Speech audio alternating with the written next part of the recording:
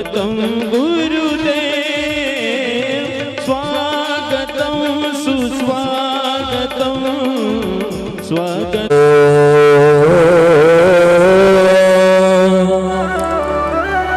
नमो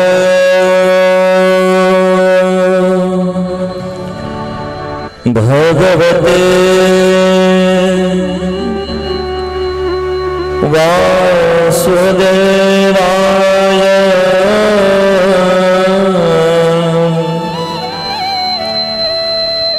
ॐ नमो भगवते वासुदेवाय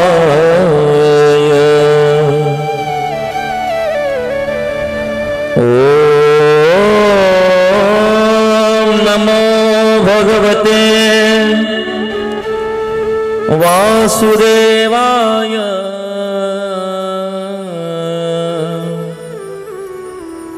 ॐ नमो भगवते सरस्वत्यै नमः। श्री गुरुभ्यो नमः। श्री भगवते गोपाल कृष्णाय नमः। श्री नारदादि भगवतेभ्यो नमः। वक्रतुंड महाकाय सूर्यकोटि समप्रभ निर्विघ्नं कुरु मे देव सर्वकार्येषु सर्वदा। गुरुर्ब्रह्मा गुरुर्विष्णु गुरुर्देवो महेश्वरा गुरुर्साक्षात् परब्रह्म तस्मै श्री गुरुवे नमः। कृष्णं नारायणं वन्दे कृष्णं वन्दे व्रजप्रियं कृष्णं द्वैपायनं वन्दे कृष्णं वन्दे पृथाश्रुतं। सर्वमङ्गलमाङ्गल्ये शिवे सर्वार्थसाधिके शरण्ये त्र्यंबके गौरी नारायणी नमोस्तुते। मनोजवं मारुततुल्यवेगं जितेन्द्रियं बुद्धिमतां वरिष्ठं वातात्मजं वानरयुध्यमुख्यं श्रीरामदूतं शरणं प्रपद्ये। पाण्डुरंग हरि वासुदेव हरि पाण्डुरंग हरि वासुदेव हरि। महायोग पीठे तटे भीमरथ्या वरम पुंडरीकाय दातो मुनीन्द्रे समागन्त्यतिष्ठन्ति महानन्दकन्दं परब्रह्मलिङ्गं भजे पाण्डुरङ्गं परब्रह्मलिङ्गं भजे पांडुरंगम पंढरीनाथ भगवान की जय। भागवत नारायण भगवान की जय।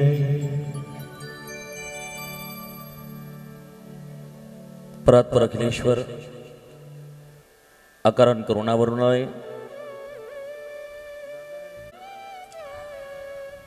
भगवान गोपालकृष्णाचा अमृतमय असणाऱ्या कथामृताचं पान करण्यासाठी उपस्थित सगळ्या पाहुण्या मंडळींचं ग्रामस्थांचं प्रेमासहर्ष स्वागत करतो। कथेचा नित्यनियमानुसार भगवंताचा आधी नामस्मरण करूया आणि तत्पश्चात भगवंताच्या गोड असणाऱ्या दशमस्कंधामध्ये येणाऱ्या भगवान गोपालकृष्णाच्या जन्मोत्सवाची कथा आपण ऐकूया।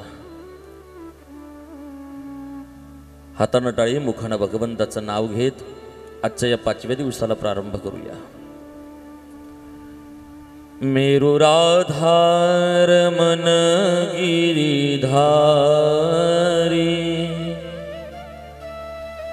गिरिधारी श्याम बनवारी। मेरुराधार मन गिरिधारी गिरिधारी श्याम बनवारी। मेरुराधार मन गिरिधारी गिरिधारी श्याम बनवारी।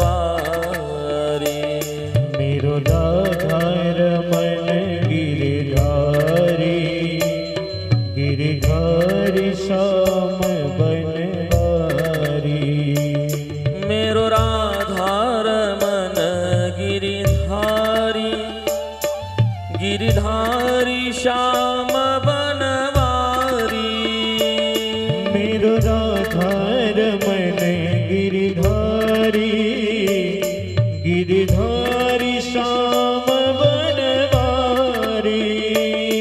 गिरिधारी श्याम बनवारी। गिरिधारी श्याम बनवारी।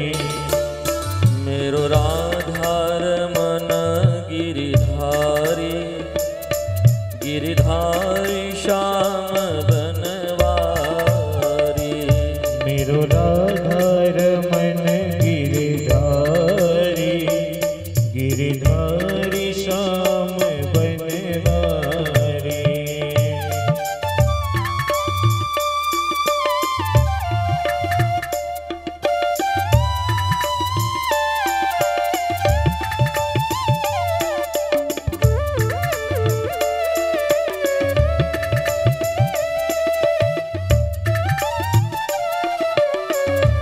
दोनों हाथों से ताली की सेवा करते हुए श्री राधे।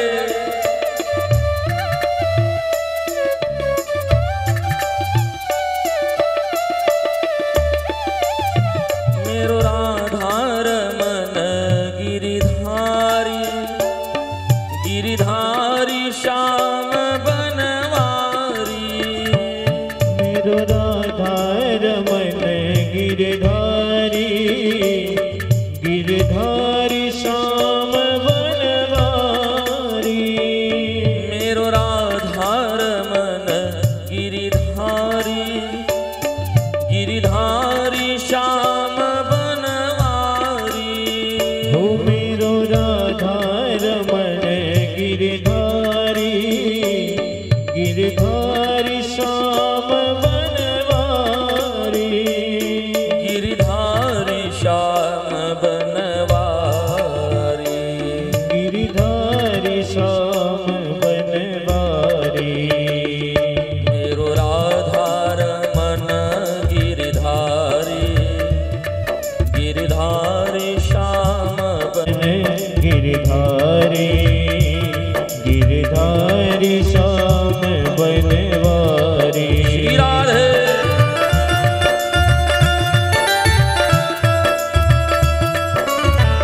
ज्याच्याकडे देवाना हात दिले त्याने टाळी वाजवायची। हरी बोल।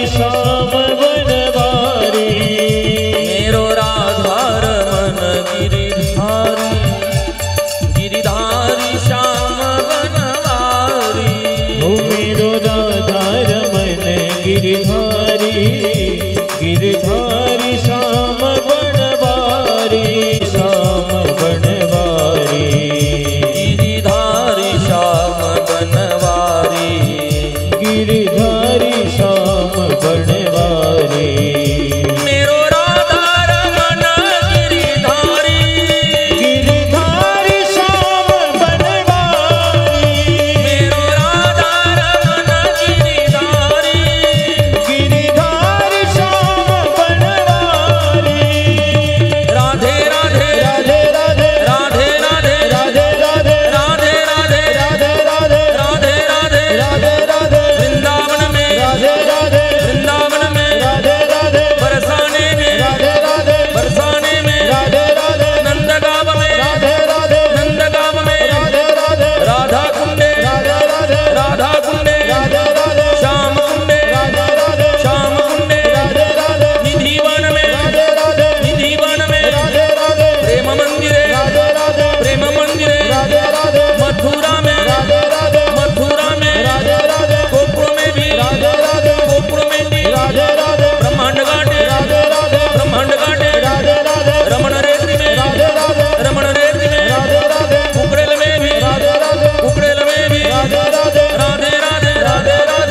राधे राधे राधे राधे राधे राधे राधे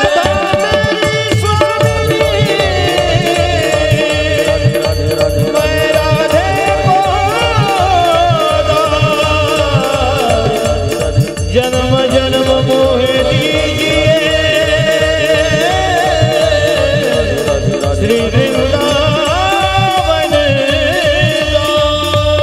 राधा रानी सरकार की मेरो राधा रमन गिरिधारी गिरिधारी श्याम बनवारी मेरो राधा रमन गिरिधारी गिरिधारी श्याम बनवारी मेरो राधा रमन गिरिधारी गिरिधारी श्याम बनवारी गिरिधारी श्याम बनवारी मेरो राधा रमन गिरिधारी गिरिधारी श्याम बनवारी वृंदावन बिहारी लाल की जय।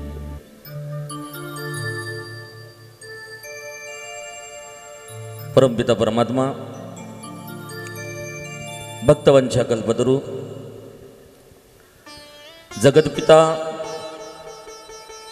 अकारण करुणा वरवणारे भगवान गोपाल कृष्ण या भगवान गोपाल कृष्णाचा अमृतमय असणाऱ्या कथामृतासाठी उपस्थित सगळ्या पाहुणे मंडळींचं, गावातील ग्रामस्थ श्रोत्यांचं, तसेच लहानांपासून मोठ्यांपर्यंत उपस्थित सगळ्या कृष्ण भक्तांचं,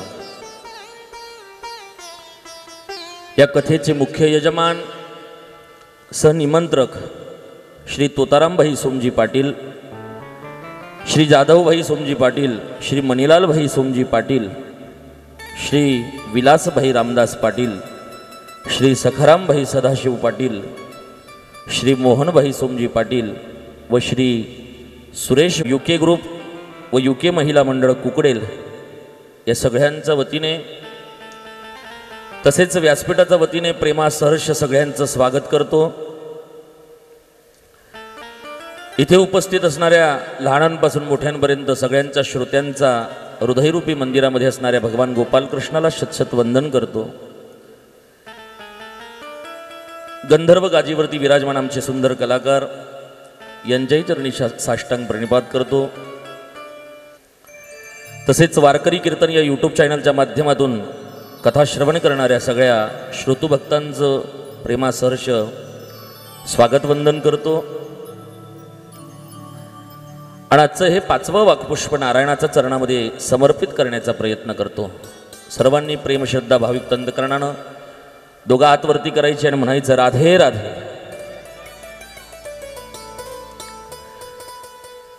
बघा आज पाहुणे मंडळी सुद्धा आहेत। हे जे खुर्चीवरती बसलेली लोक आहेत ना, त्यांना नम्र निवेदन असेल की ज्यांना खरोखर खुर्चीची गरज असेल त्यांनीच खुर्चीचा वापर करा। कारण पुढच्या जवळजवळ आपल्याला 1.5 तास कथा करायची आहे। पुढच्या जवळजवळ 1.5 तास आपल्याला कथा करायची आहे। 1.5 तासानंतर भगवंताचा जन्म होईल। पुढचा पाऊण तास हा आनंद उत्सवासाठी खर्च होईल। पुढचा अर्धा तास हा पाळण्यासाठी खर्च होईल। त्याच्यापर्यंत आपल्याला सगळं आटपायचं आहे। म्हणून सगळ्यांना नम्र निवेदन आहे की पुढचा 1.5 तास कथेला व्यत्यय येणार नाही, आपल्या बोलण्याचा कोणाचा कथाश्रवणामध्ये हे त्रास होणार नाही याची काळजी घ्यायची आणि पुढचे 1.5 तास शांत चित्ताने कथाश्रवण करायचे। सर्वांनी दोघा हात वरती करा, म्हणायचं राधे राधे। जरा आवाज येऊ द्या।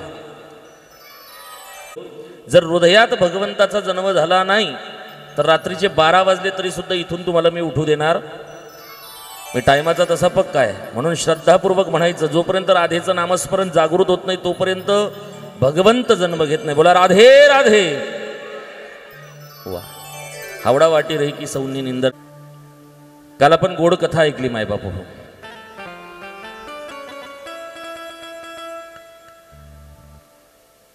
राजा परीक्षित गंगेच्या काठावरती येऊन बसतात। राजाच्या मनामध्ये अनेक प्रश्न आहेत।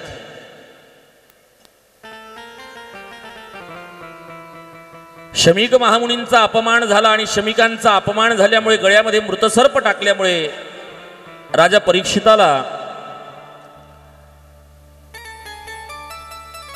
शमीक महामुनींचा पुत्र शृंगी यानं शाप दिला की इति लंघ्यते मर्यादम सप्तमो तक्षके हरी। राजाला शाप प्राप्त झाला की आजपासून 7व्या दिवशी तक्षक नावाचा सर्प, ज्या कोणी माझ्या बापाचा अपमान केलाय ज्याने कोणी, त्याला 7व्या दिवशी तक्षक नावाचा सर्प येणार आणि दंश करणार, त्याचा मृत्यू त्याला ओढवावा लागणार। तो मृत्यूला प्राप्त होणार असा शाप मिळाला। जसं शमीक महामुनींनी राजाला जाऊन सांगितलं की हे राजा, तुझ्या हातून जे पाप झालं या पापामुळे तुला माझ्या मुलानं शाप दिलाय।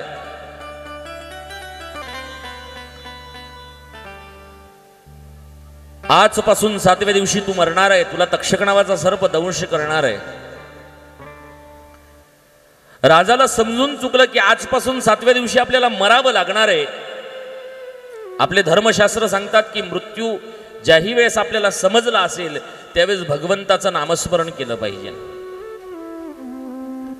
तुमच्या माहितीसाठी सांगतो की या जगाच्या पाठीवरती असा एकमेव व्यक्ती होता की त्याला मृत्यू समजला की आपण 7 दिवसाने मरणार आहे। आपल्याकडे किती दिवस आहेत? 7 दिवस आहेत।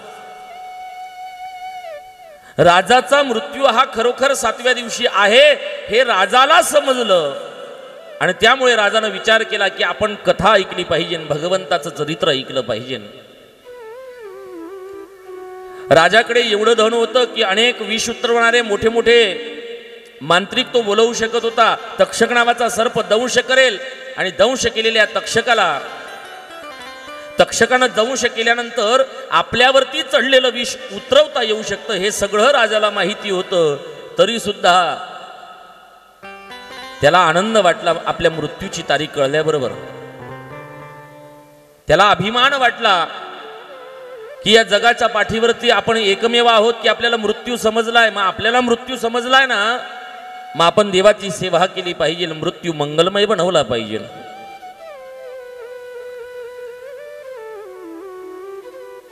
राजाला मृत्यू समजला की 7व्या दिवशी मरायचं आहे।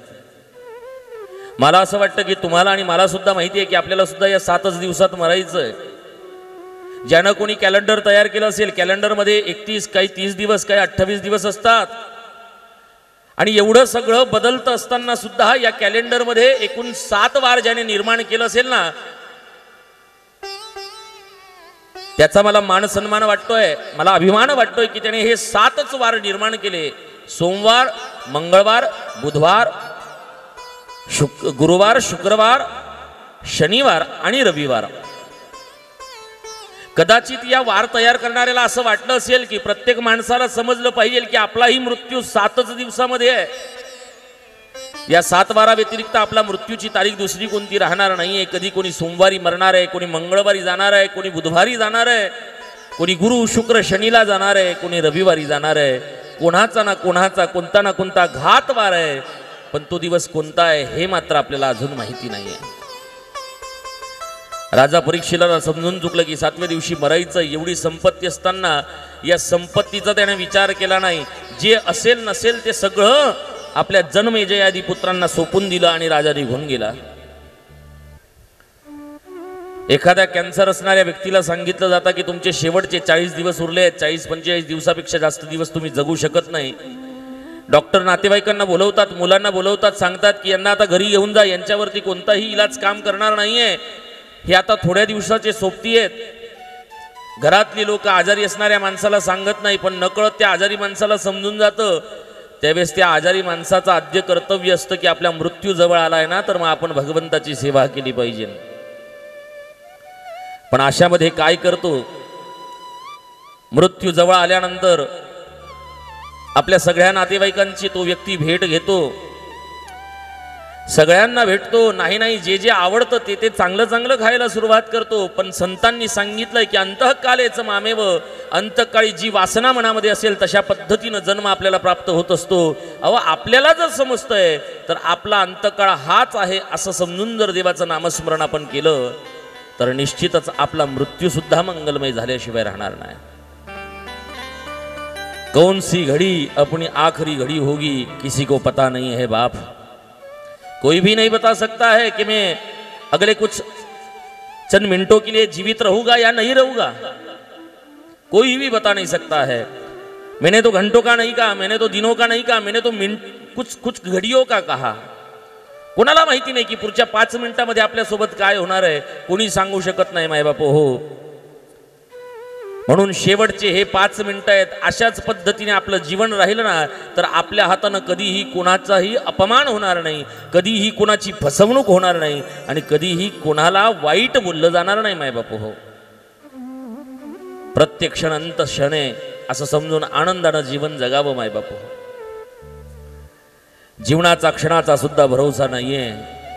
क्षणभंगूर हे जीवन आहे.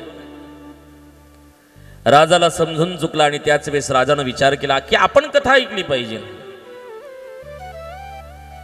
कथेचे 4 दिवस होऊन जातोय, 5वा दिवस उजाडतोय. राजाला अधिकच वाटतंय की आपण कथा अजून ऐकली पाहिजे, अजून ऐकली पाहिजे. बस आता आपल्या आयुष्यातले फक्त 3 दिवस शिल्लक आहेत, त्यातला आज 5वा दिवस उगवलेला आहे. अजून 2 दिवसामध्ये आपल्याला तक्षक नावाचा सर्प दंश करणार आहे. आणि अशातच राजा परीक्षित गंगेच्या काठावरती येत आहेत.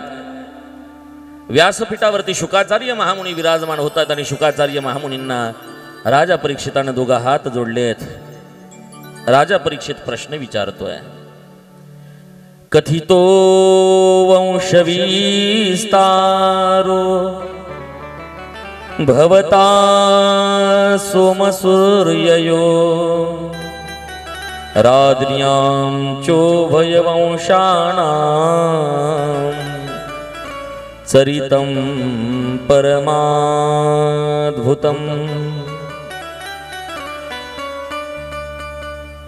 राजा परीक्षित शुकाचार्य महामुनींना हात जोडतायत आणि हात जोडून राजा परीक्षित वारंवार विनंती करतायत की मला अजून कथा ऐकायची, मला सांगतात का? मला अजून कथा ऐकायची आहे, मला सांगतात का? अहो कथितो वंश विस्तारो भवता सोम सूर्ययो राज्ञांचो भयवंशाणाम चरितम परमाद्भुतम. कालच्या दिवसाला तुम्ही रामचंद्रांचा जन्मोत्सवाची कथा सांगितली, रामप्रभूंचा जन्म सूर्यवंशामध्ये झाला याची कथा सांगितली. मला आता चंद्रवंशाचा विस्तार ऐकायचा आहे. या चंद्रवंशामध्ये जन्म घेणाऱ्या यदुकुळी राजा कृष्णाची द्वारिकाधीशाच्या जन्माची कथा ऐकायची मला सांगतात का? त्यावेळेस सुत म्हणताय शौनका, मैत्रिय म्हणताय विदुरा, शुकाचार्य म्हणतायत राजा, भगवंताचा जन्म झाला तो यदुकुळामध्ये. भगवंताचा जन्म झाला तो यदुकुळामध्ये. या भारतामध्ये 2 वंश जास्त प्रसिद्ध राहिले. पहिला वंश झाला सूर्यवंश आणि दुसरा वंश झाला चंद्रवंश. सूर्यवंशामध्ये रामप्रभूंनी जन्म घेतला, चंद्रवंशामध्ये भगवान कृष्णानं जन्म घेतला. सूर्यवंशामध्ये ज्या रामानं जन्म घेतला, ह्या रामानं दिवसा जन्म घेतला दुपारी 12 वाजता. चंद्रवंशामध्ये ज्या कृष्णानं जन्म घेतला, त्या कृष्णानं रात्री जन्म घेतला, तोही रात्री 12 वाजता.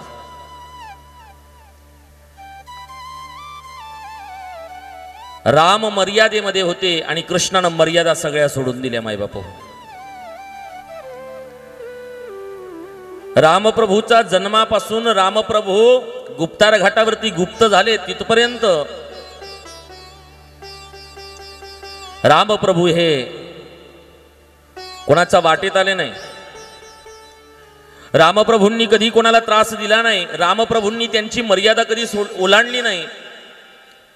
जगाचा जगदीश्वर रामप्रभू असताना सुद्धा दशरथाकडनं 2 वर आईने मागितलं, कैकेयीने मागितले, सावत्र आईने मागितले.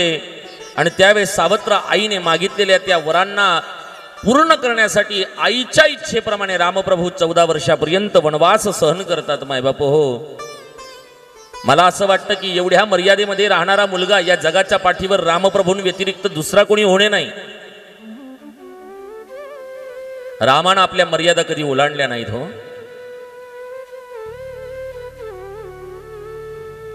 आईनं सांगितलं बापाला आणि आपल्या पित्याला सांगितलेले 2 वर मागून घेतले की राजा दशरथा, तुम्हाला भरताला राजगादीवरती बसवायचं आहे आणि रामाला वनवास 14 वर्षाचा वनवास द्यायचा आहे. दुःखित अंतकरणानं राजानं सांगितलं, अगं तुला मागायचं तर माझा प्राण मागून घे, पण हे काय मागतीये? अगं रामाला 14 वर्षाचा वनवास, तुला भरताला राजगादीवरती बसवायचंय, तू बसव, निश्चित बसव. अगं भरताशी माझा काही वैर नाहीये, पण कैकेयीच्या मस्तकामध्ये सरस्वतीनं कुसरस्वतीनं निवास केलेला होता. कारण ही कुसरस्वती मंथरेच्या बुद्धीमध्ये प्रवेश करते आणि मंथरेच्या मार्फत कैकेयीच्या मनामध्ये घालते की भरताच्या अनुपस्थितीमध्ये रामाला राजगादी भेटतीये. कदाचित रामावरती जास्त प्रेम आहे आणि भरतावरती कमी प्रेम आहे. कदाचित कौशल्यवरती जास्त प्रेम आहे आणि कैकेयी तुझ्यावरती कमी प्रेम दिसतंय दशरथाचं. अगं हे काय चाललंय, याला रोखलं पाहिजे. कोप भवनात गेलेल्या कैकेयीनं दशरथ राजाकडे 2 वर मागून घेतलेले होते आधीच, आणि या 2 वरांना पूर्त करण्यासाठी म्हणून कैकेयीनं सांगितलं की भरताला राजगादीवरती बसवा. कैकेयीला 2 वर मागायचे होते. सगळ्यात आधी वनवास नाही मागितला, कारण माहिती होतं की वनवास मागितला आणि राजाला काही झालं तर भरताला राजगादी मागायची राहून जाईल, म्हणून भरताला आधी राजगादी मागितली आणि मग रामप्रभूंना वनवास मागून घेतला. काय कर्तव्य दक्ष होते रामप्रभू, किती मर्यादेमध्ये राहिले. रघुकुलरीत सदा चली आई, प्राण जाय पर वचन न जाय. दशरथानं दिलेले वचन पालन करण्यासाठी रामप्रभू सुद्धा त्याच वंशामध्ये आहेत. आणि त्याच वंशामध्ये असणाऱ्या रामप्रभूंनी आईला सांगितलं, आई तुझी इच्छा आहे ना मी वनवासामध्ये जावं? अगं मला असं वाटलं होतं की मी राजगादीवरती बसलो तर सगळ्यांना मला राजा सांगावं लागेल, पण राजा बनण्यापेक्षा सुद्धा राजाचा मोठा भाऊ बनण्यामध्ये खूप विशेष महत्त्व असतं. भरताला देऊन टाकूया म्हणाले राजगादी. भरताला राजगादीवरती बसवू, मी वनवासाला जातो. मला वनवासाचं राज्य तू निवडलंय, फार मोठं राज्य आहे. किती मोठ्या हृदयाचे होते रामप्रभू. एकीकडे रामाचं चरित्र ठेवा, दुसरीकडे भगवान कृष्णाचं चरित्र ठेवा. चारित्र्याचं अनुकरण करायचं असेल तर रामप्रभूंचं करावं आणि चरित्राचं अनुकरण करायचं असेल तर कृष्णाचं करावं. चरित्र आणि चारित्र्य ह्या दोन बाबी आहेत. कृष्ण चरित्राचं अनुकरण केलं तर कृष्ण चरित्र आनंद देतो आणि रामचारित्र्याचा अनुकरणातनं आपल्याला परम सुखाची अनुभूती होते मायबापू. जीवनामध्ये दोन गोष्टी महत्त्वाच्या आहे, एक आनंद आणि एक सुख. सुख मिळतं रामप्रभूच्या चारित्र्याचं अनुकरण करून आणि आनंद मिळतो कृष्ण चरित्राचं अनुकरण करून. रामानं मर्यादा सोडली नाही, पण कृष्णानं कोणतीच मर्यादा बाकी ठेवली नाही. बोला राधे राधे. कृष्णानं कोणती मर्यादा ठेवली का?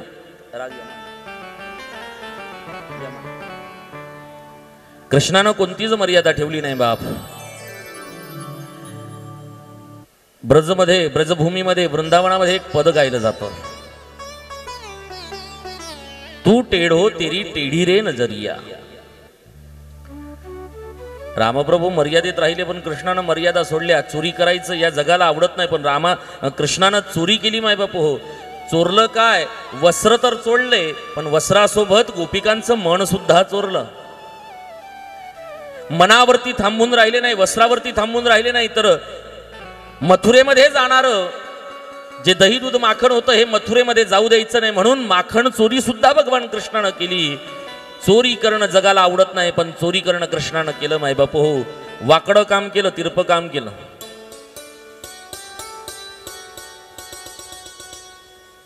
जेही केलं ते सगळं जगाला न पटणारं होतं. त्या पदामध्ये सुंदर भाव सांगितलाय. एक एक शब्द ऐका, फार गोड शब्द आहेत.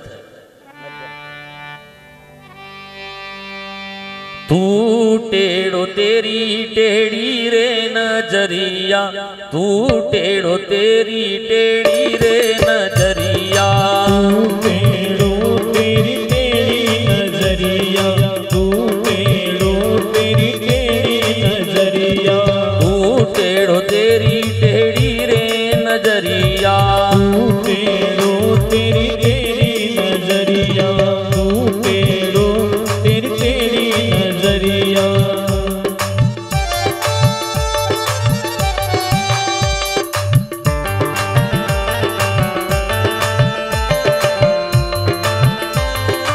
श्री राधे. दोनों हाथों से ताली पीछे भाग करते हैं.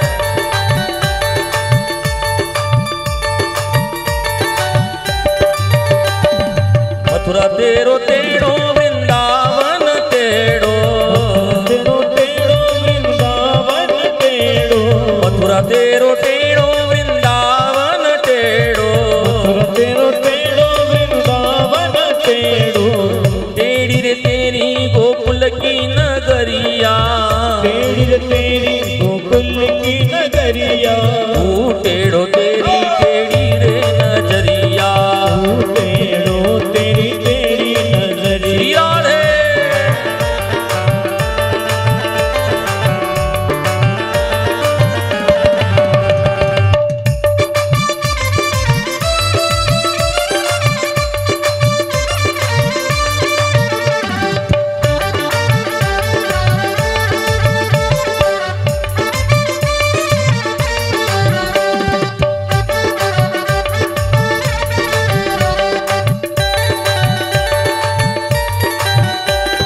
मुकुट तेरो टेढ़ो लकुट तेरी टेढ़ी, मुकुट तेरो टेढ़ो लकुट तेरी टेढ़ी,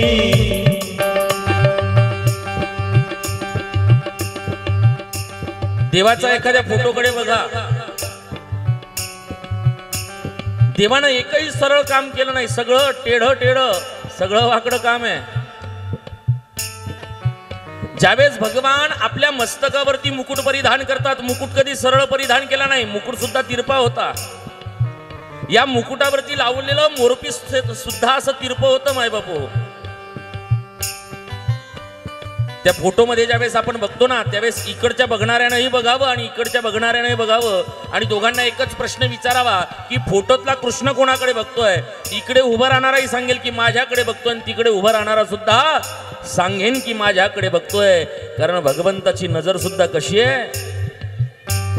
मुकुट तेरो टेढ़ो लकुट तेरी टेढ़ी, मुकुट तेरो टेढ़ो लकुट तेरी टेढ़ी, टेढ़ी रे ओ टेढ़ी रे श्याम तेरे मुख की मुरलिया, टेढ़ी रे श्याम तेरे मुख की मुरलिया, ओ टेढ़ो तेरी टेढ़ी रे नजरिया, टेढ़ो तेरी टेढ़ी नजरिया, ओ टेढ़ो तेरी टेढ़ी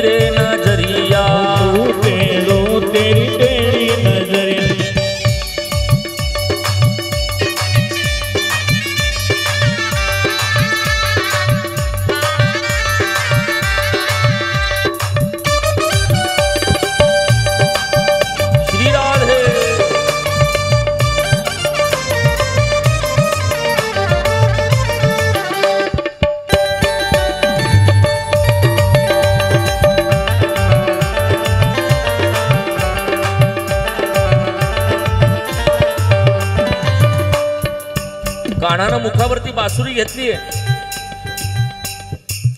माझ्या कान्हानं मुखावरती बासुरी घेतलीये, त्या बासुरीवरती बोट सुद्धा ठेवली आहेत अशी वाकडी. अरे ती बासुरी धरताना सरळ धरली पाहिजे, नाही नाही ती बासुरी सुद्धा वाकडी केली आहे हो.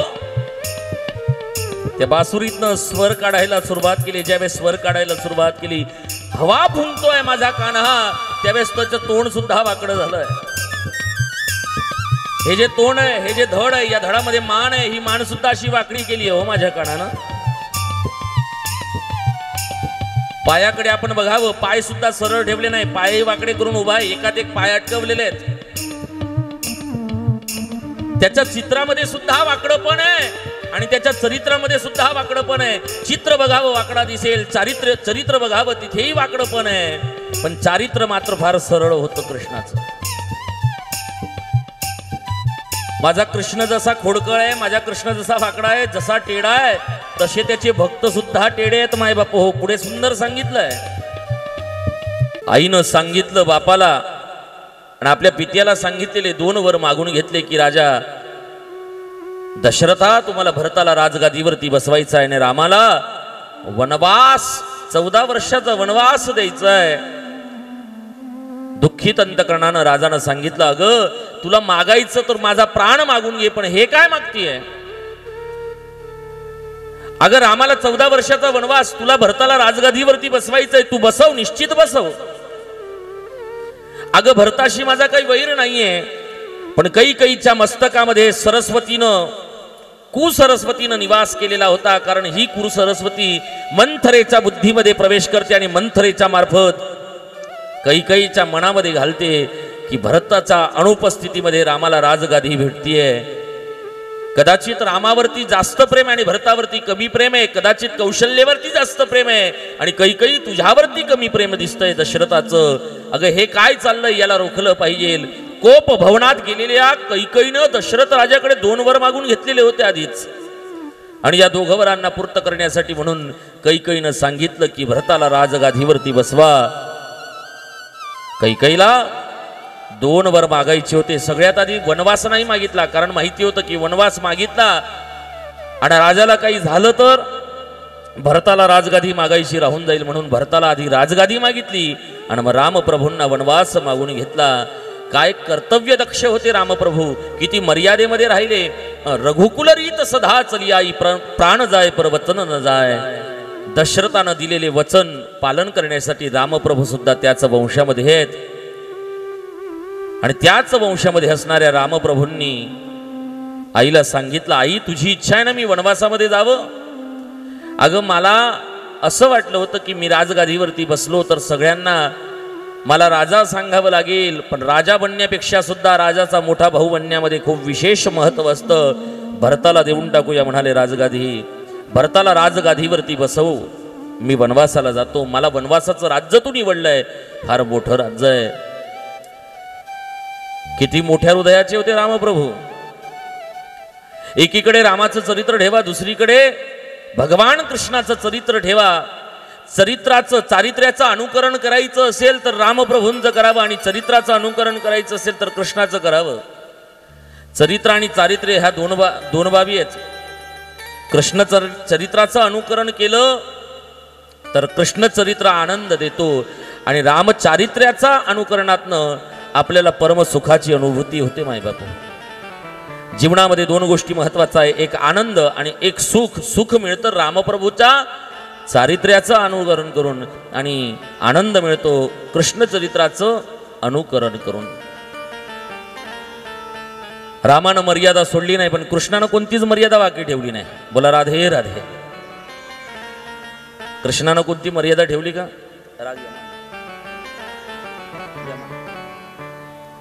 कृष्णानं कोणतीच मर्यादा ठेवली नाही बाप. ब्रजभूमीमध्ये वृंदावनामध्ये एक पद गायलं जातं, तू टेढ़ो तेरी टेढ़ी रे नजरिया. रामप्रभू मर्यादेत राहिले, पण कृष्णानं मर्यादा सोडल्या. चोरी करायचं या जगाला आवडत नाही, पण कृष्णानं चोरी केली माय बापू. हो, चोरलं काय? वस्त्र तर चोरले, पण वस्त्रासोबत गोपिकांचं मन सुद्धा चोरलं.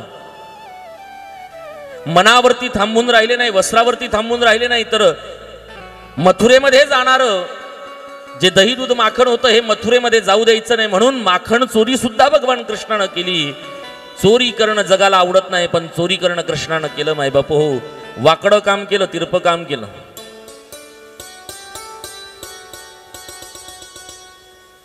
जेही केलं ते सगळं जगाला न पटणारं होतं. त्या पदामध्ये सुंदर भाव सांगितलाय. एक एक शब्द ऐका, फार गोड शब्द आहेत. तू टेढ़ो तेरी टेढ़ी रे नजरिया, तू टेढ़ो तेरी टेढ़ी रे नजरिया, तू टेढ़ो तेरी टेढ़ी नजरिया, तू टेढ़ो तेरी टेढ़ी नजरिया, तू टेढ़ो तेरी टेढ़ी रे नजरिया, तू टेढ़ो तेरी टेढ़ी नजरिया, तू टेढ़ो तेरी टेढ़ी नजरिया.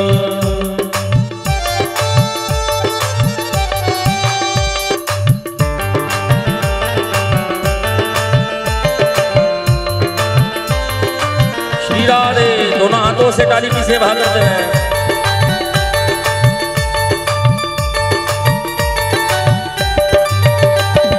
मथुरा तेरो तेड़ो वृंदावन तेड़ो, तेरो टेढ़ो वृंदावन टेढ़ो, मथुरा तेरो तेड़ो वृंदावन तेड़ो, तेरो टेढ़ो वृंदावन टेढ़ो, टेढ़ी रे तेरी गोकुल की नगरिया, टेढ़ी रे तेरी गोकुल की नगरिया, तू टेढ़ो तेरी टेढ़ी रे नजरिया, तू टेढ़ो तेरी टेढ़ी नजरिया. श्री राधे.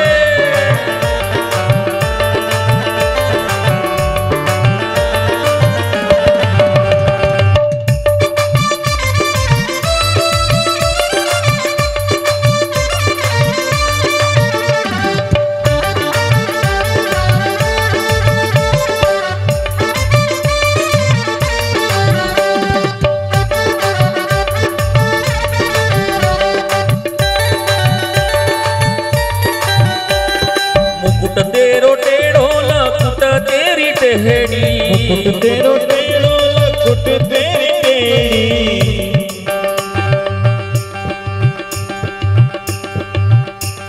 देवाचा एखाद्या फोटोकडे बघा. देवानं एकही सरळ काम केलं नाही, सगळं टेढ टेढ, सगळं वाकडं काम आहे. ज्यावेळेस भगवान आपल्या मस्तकावरती मुकुट परिधान करतात, मुकुट कधी सरळ परिधान केला नाही, मुकुट सुद्धा तिरपा होता. या मुकुटावरती लावलेलं मोरपीस सुद्धा असं तिरप होतं मायबापू.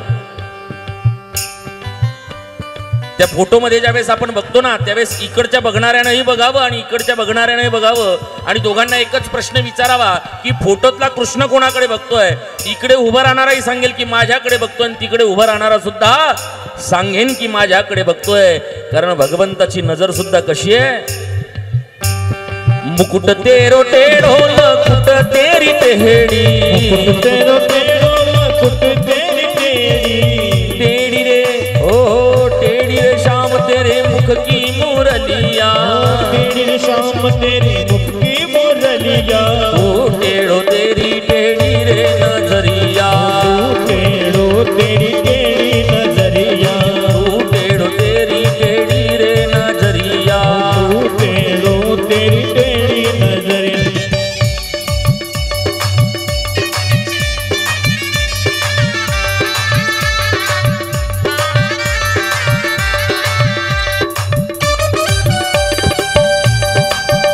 श्री राधे.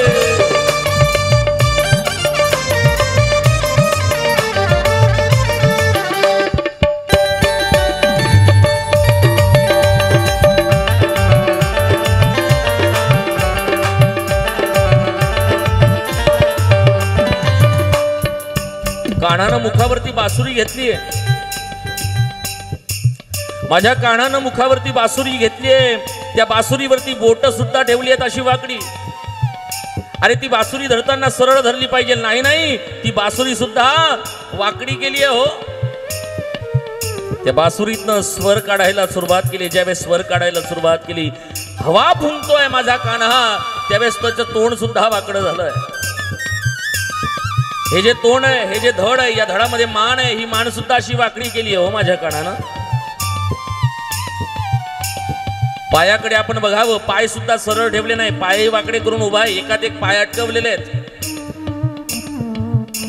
त्याच्या चित्रामध्ये सुद्धा वाकडपण आहे आणि त्याच्या चरित्रामध्ये सुद्धा वाकडपण आहे. चित्र बघावं वाकडा दिसेल, चरित्र बघावं तिथेही वाकडपण आहे, पण चारित्र मात्र फार सरळ होतं कृष्णाचं.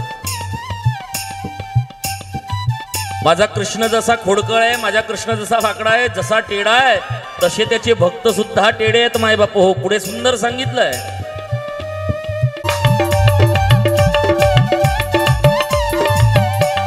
भक्त तेरे टेढ़े भक्तानी सब टेढ़ी, भक्त तेरे टेढ़े भक्तानी सब टेढ़ी, भक्त तेरे टेढ़े भक्तानी सब टेढ़ी, भक्त तेरे टेढ़े भक्तानी सब टेढ़ी.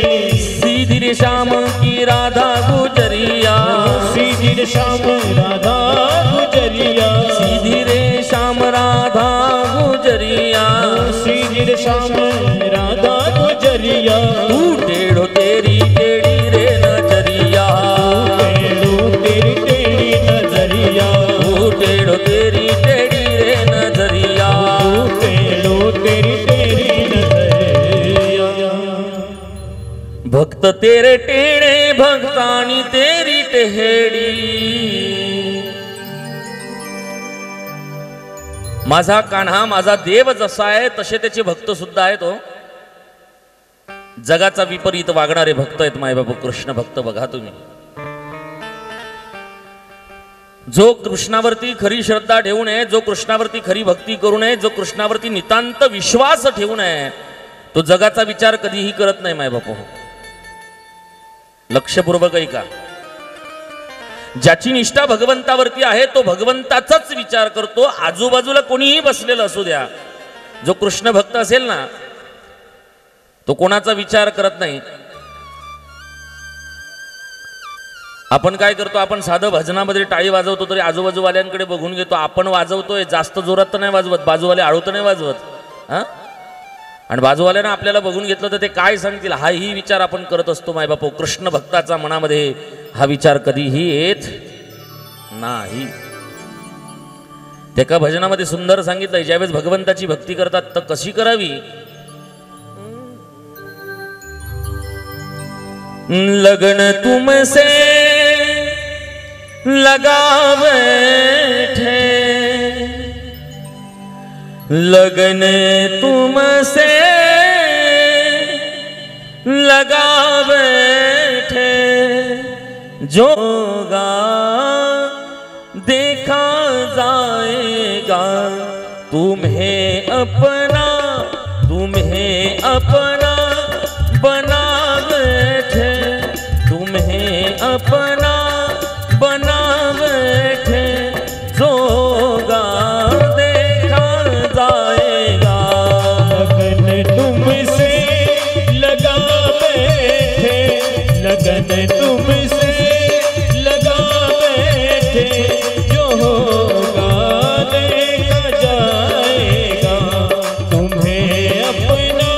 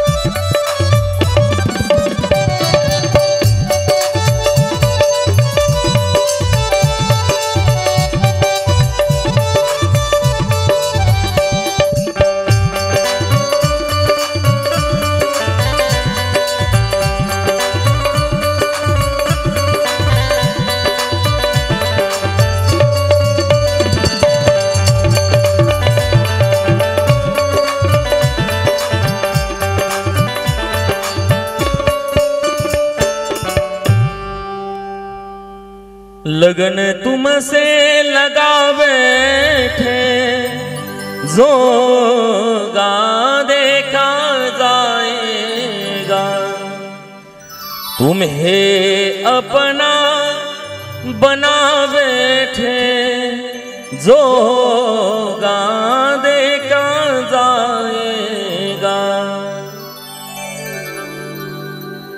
भगवंताची भक्ती करत असताना भगवंतावरती पूर्ण विश्वास ठेवला पाहिजे मायबाप हो। थोडं पुढे सरकून घ्या, सरका ना थोडं, सरका पुढे सर। गुनगुनाया करो राम बोला करो, राम गाया करो, राम बोला करो, राम गाया करो।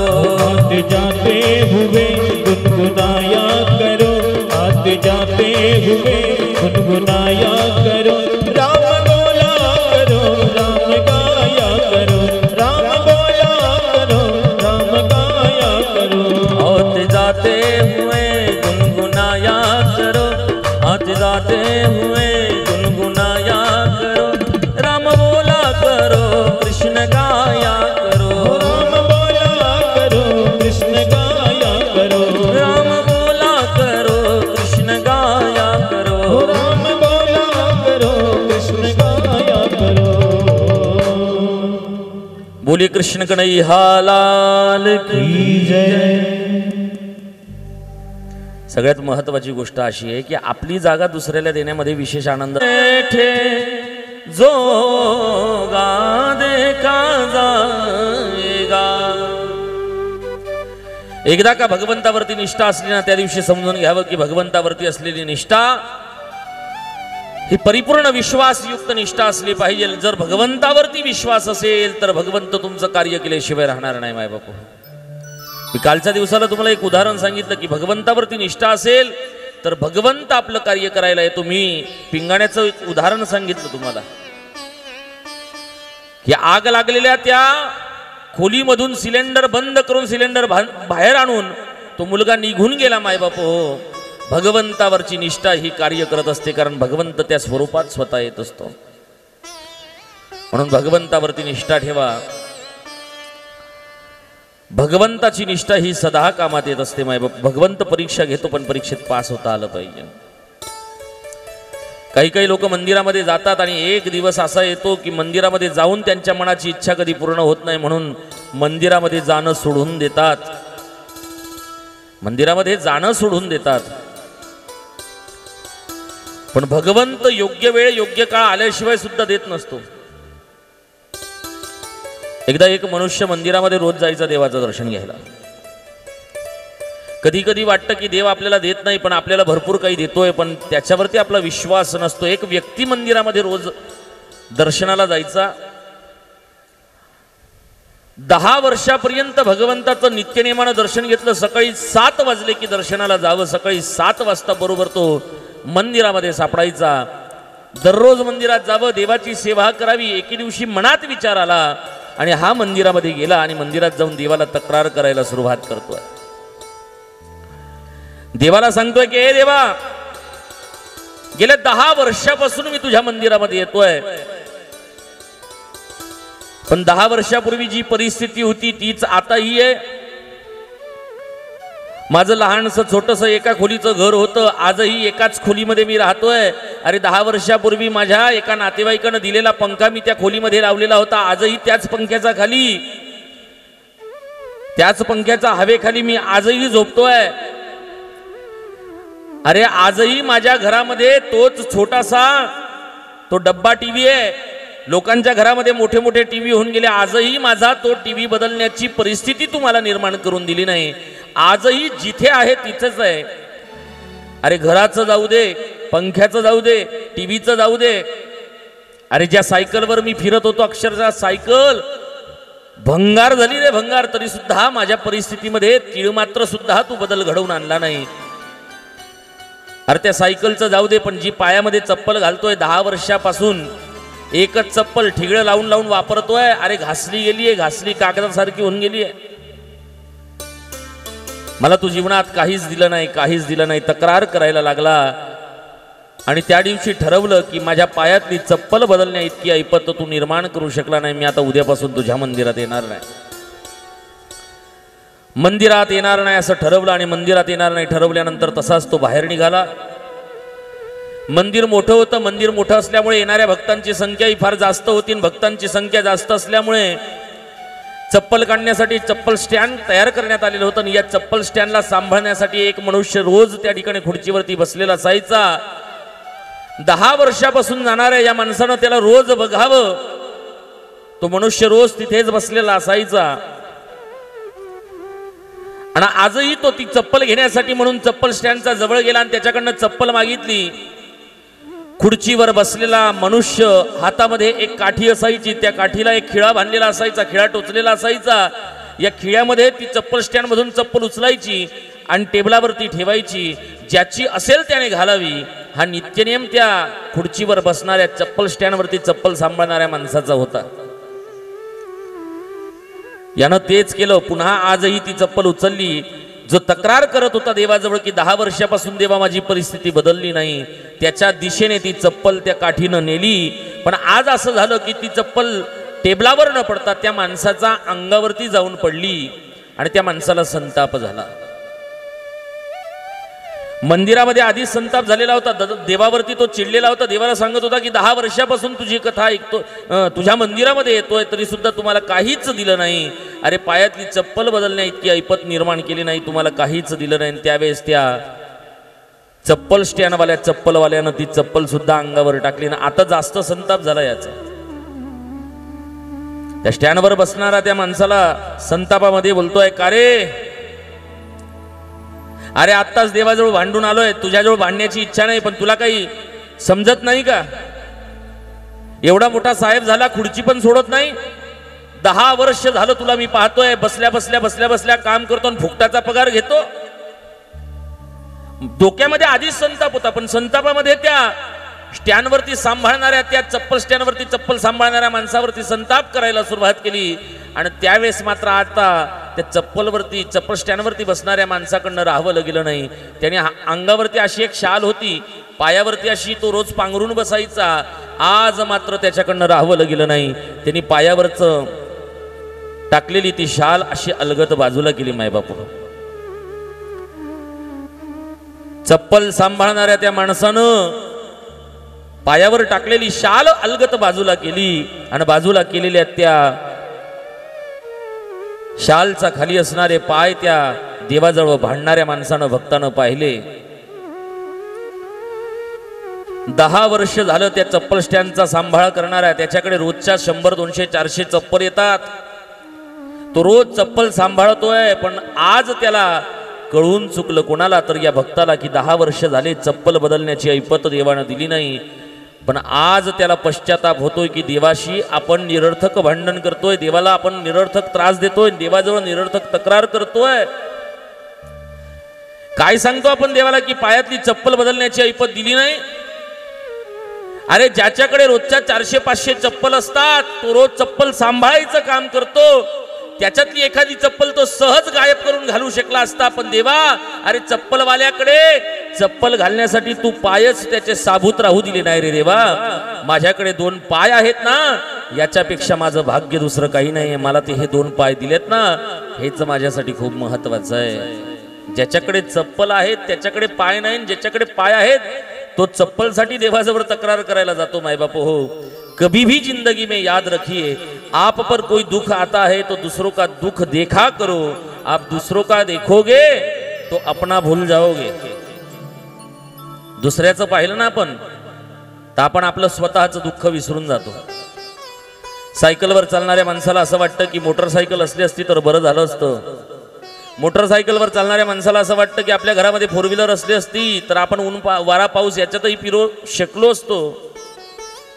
पण सायकलवरती फिरणाऱ्या माणसाला मोटरसायकलवाल्याचा हेवा वाटतो. आणि मोटरसायकलवाला कधी कधी विचार करतो का रे, रोज उठलं की 400चं 300चं 200चं याच्यामध्ये पेट्रोल टाकायला लागतं. आपल्यापेक्षा सुखी सायकलवाला आहे, कारण सायकलवाला फुकटामध्ये फिरून येतो. मोटरसायकलवाला 4 व्हीलरवाल्याकडे बघून दुःखी होण्यापेक्षा मोटरसायकलवाल्याने सायकलवाल्याकडे बघावं. आपण सायकलवाल्यापेक्षा खूप सुखी आहोत, एवढा जर विचार केला तर जगामध्ये सगळे सुखी झाल्याशिवाय राहणार नाही. मी कालच सांगितलं की दुर्लभ हो मानुषो देहे देहीनाम क्षणभंगुरा, दुर्लभ असणारा देह का होईना तो भगवंतानं आपल्याला प्रदान केलेला या देहाचा सदुपयोग केला पाहिजे. देव, देश आणि धर्म याच्यासाठी हा देह समर्पित केला पाहिजे. कधीतरी रात्री झोपताना देवाला विचारा की मला तू जन्म कशासाठी दिलाय. कधीतरी रात्री झोपताना आपण देवाला विचारा, बघ देवा मला तू जन्म कशासाठी दिलाय. जन्म देव फक्त जेवण करण्यासाठी दिलाय का, फक्त काम करण्यासाठी, फक्त संसार उपभोगण्यासाठी दिलाय का. अरे ज्यावेळेस तुम्ही देवाला विचाराल ना त्या दिवशी तुम्हाला खरं उत्तर सापडेल. आणि जर सापडत नसेल तर आजची माझी एक गोष्ट लक्षात ठेवा की देवानं आपल्याला जन्म दिलाय कशासाठी. देव, देश आणि धर्म या तिघांची सेवा करण्यासाठी दिलाय.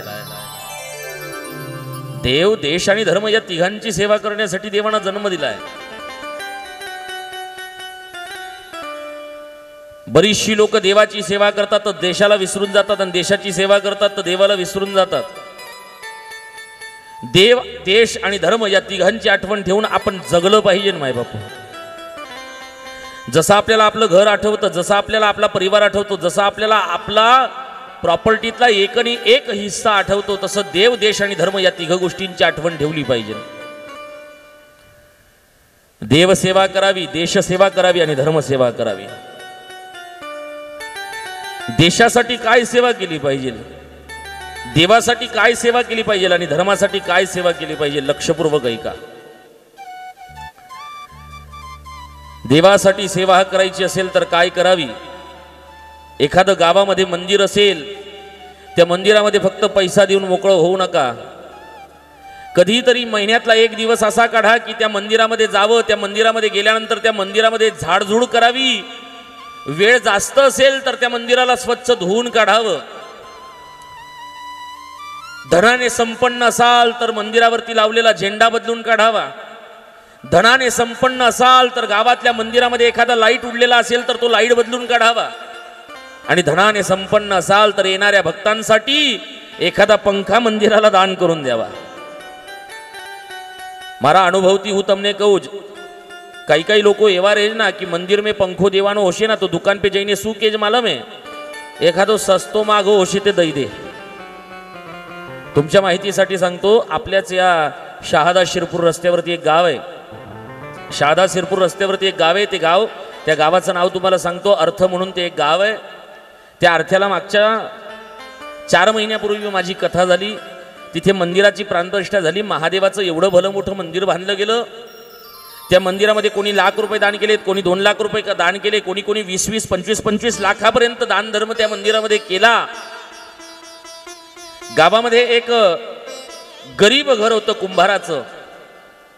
गावामध्ये एक कुंभाराचं गरीब घर होतं. गरीब घर असताना त्या माऊलीची सुद्धा इच्छा व्हायची की आपल्या मंदिराचं काम चालू झालंय, आपणही देवाला काहीतरी दिलं पाहिजे. पण देवाने तेवढं संपन्न बनवलेलं नव्हतं. इने रोज जे काही माठ विकावे, दिवे विकावे, जेही कुंभाराच्या मार्फत जे बनवलं जातं ते सगळं विकून विकून विकून विकून ₹500 आले असतील, ₹300 स्वतःला राहत असतील तर त्याच्यातला एक हिस्सा म्हणजे ₹100 दानपेटीमध्ये टाकावे. घरात एक डब्बा बनवला. असं करून करून करून करून मंदिराचं काम पूर्ण झालं. कथेची तारीख निश्चित झाली. प्राणप्रतिष्ठा तेव्हाच सुरुवात होती. इकडे कथा, इकडे प्राणप्रतिष्ठा चालली आहे. आणि तिच्या मनामध्ये विचार आला की आता आपण आपल्या घरामध्ये गोळा केलेले ते पैसे, तो गल्ला आपण फोडावा आणि मंदिरामध्ये दान द्यावं. तिने ज्या दिवशी गल्ला फोडला, डब्बा फोडला, त्या डब्यातनं एकूण ₹27,500 निघाले. किती? ₹27,500 निघाले. गरीब बर का. हिने विचार केला की हे पैसे आपण असेच देऊन टाकले तर याचा वापर होईल का नाही माहिती नाही. कारण मंदिरामध्ये सगळं काम पूर्ण झालेलं होतं. एक एक लाईटापासून सगळ्या गोष्टी बसवल्या गेलेल्या होत्या. त्यावेळेस त्या गरीब असणाऱ्या कुंभारीन बाईला मनामध्ये विचार आला की ₹27,500 आहेत, हे जर दिले हे तर हे उपयोगात येतील का नाही माहिती नाही. पण एखादी वस्तू आपण घ्यावी, वस्तू कोणती घ्यावी मनामध्ये विचार चालला आहे. आणि त्यावेळेस गरीब घरातल्या त्या कुंभारीन बाईने विचार केला की महादेवाच्या मंदिरामध्ये भरपूरशी लोक दर्शनाला येतात. महादेवाचं असं एक मंदिर असतं की त्या मंदिराच्या मधल्या गाभाऱ्यामध्ये कोणताही पंखा लावता येत नाही. एखादा पंखा लावला जरी तरी सुद्धा व्हेंटिलेशन नसल्यामुळे तिथे गरम होतं. आणि येणाऱ्या भक्ताच्या भक्तीमध्ये गरमीमुळे थोडा व्यत्यय येतो. 10 मिनिटं बसणारा व्यक्ती 5 मिनिटांमध्ये उठून निघून जातो. काय केलं पाहिजे मनामध्ये विचार आला तिचा. आणि तिने त्या मंदिरामध्ये शिरपूरला गेली, एका इलेक्ट्रॉनिक दुकानावरती चढली. इलेक्ट्रॉनिकवाल्याला विचारलं, बाबा रे मला एक AC घ्यायचा. इलेक्ट्रॉनिकवाल्याने सांगितलं की 1.5 टनचा AC 33,000 रुपयाचा आहे. तिने सांगितलं, बाबा माझ्याकडे 27,500 रुपये आहेत, पण मला AC घ्यायचा आहे. मावशी कुठे लावणार तुम्ही? त्यावेळेस त्या बाईनं सांगितलं की मला माझ्या गावच्या महादेवाच्या मंदिरामध्ये AC लावायचा आहे. त्या माणसाने सांगितलं 27,500 रुपये ना मावशी, 27,500 नाही 25,000 दे. 1,500 रुपये अजून माझ्याकडनं दानपेटीमध्ये टाकून दे. तू जर एवढं करू शकते तर मी नाही काय करू शकत. गरीब घरच्या एका बाईनं 27,500 रुपयाचा AC दान केला. आपल्या गावातले मंदिरं आहेत ना, काही लोक काय करतात माहिती आहे का, द्वेषातून इथे मंदिर आहे मग इथेही बनवा, इथे असेल तर तिथेही बनवा, तिथे असेल तर तिथेही बनवा.